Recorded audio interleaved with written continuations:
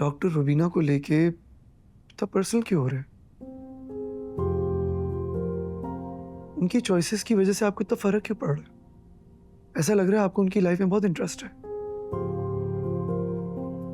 चांदनी क्या ये काफी नहीं। अस्सलाम वालेकुम। वालेकुम अस्सलाम। सलमान, आई एम ग्लैड कि तुमने मेरी एडवाइस को गौर से सुना और उस पर अमल किया।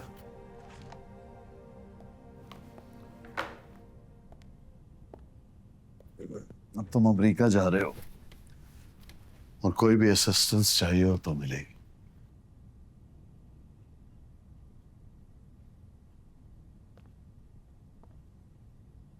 थैंक यू सो मच मुझे मुबश्शिर के साथ लिंक अप करवाने के लिए, बट अब मुझे फर्दर असिस्टेंस की नहीं ज़रूरत।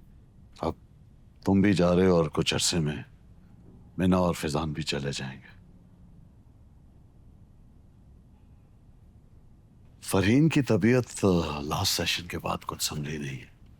डॉक्टर्स के पैनल का और खुद मेरा ही ओपिनियन है कि उसकी सर्जरी होनी होगी। और ऊपर से सानिया ने डॉक्टर रुबीना के हॉस्पिटल जाकर दोबारा से रेजिडेंसी करने की जिद लगा रखी है। फरहीन का ख्याल कौन रखेगा? तुम उसे समझाओ। इस घर को, फरहीन को इस वक्त इसकी जरूरत है। आप रखेंगे ना मम्मा का ख्याल? और वैसे भी इस वक्त तो उन्हें सबसे ज्यादा जरूरत आपकी है, शायद हमेशा से थी। आपने नोट नहीं किया होगा, वो याद है आपको जब एक दफा आपका एक्सीडेंट हुआ था और मल्टीपल फ्रैक्चर्स की वजह से आप बेड रेस्ट पे थे? अब तो ना मिना थी ना सानिया थी। मामा ने अपने वो जर्मनी वाला कोर्स छोड़ के, अपना क्लिनिक छोड़ के 24 घंटे आपके साथ एज ए नर्स रहती थी। तुम जानते नहीं हो कि डॉक्टर रुबीना कितनी विशियस औरत है। Do you really want to know why I dislike her so much? कोई तो वजह होगी ना। वो औरत इतनी सेल्फिश है कि अपने करियर के पीछे उसने अपना बच्चा और शादी दोनों कुर्बान कर दी। So what do you expect कि सानिया को वहां किस किस्म की मेंटोरशिप मिलेगी? एंड स्पेशली जब सानिया के अंदर पहले से ही अपने करियर के पीछे सब कुछ बर्बाद करने की टेंडेंसी मौजूद हो।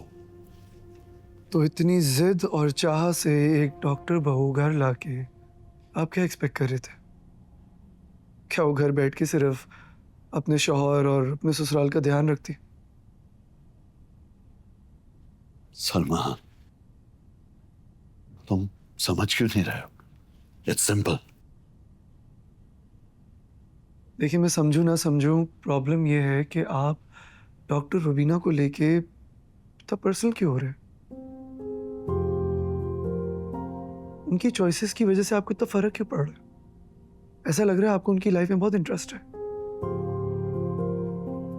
बहरहाल, मुझे शोरूम जाने है, कुछ काम पेंडिंग है, चलता हूं।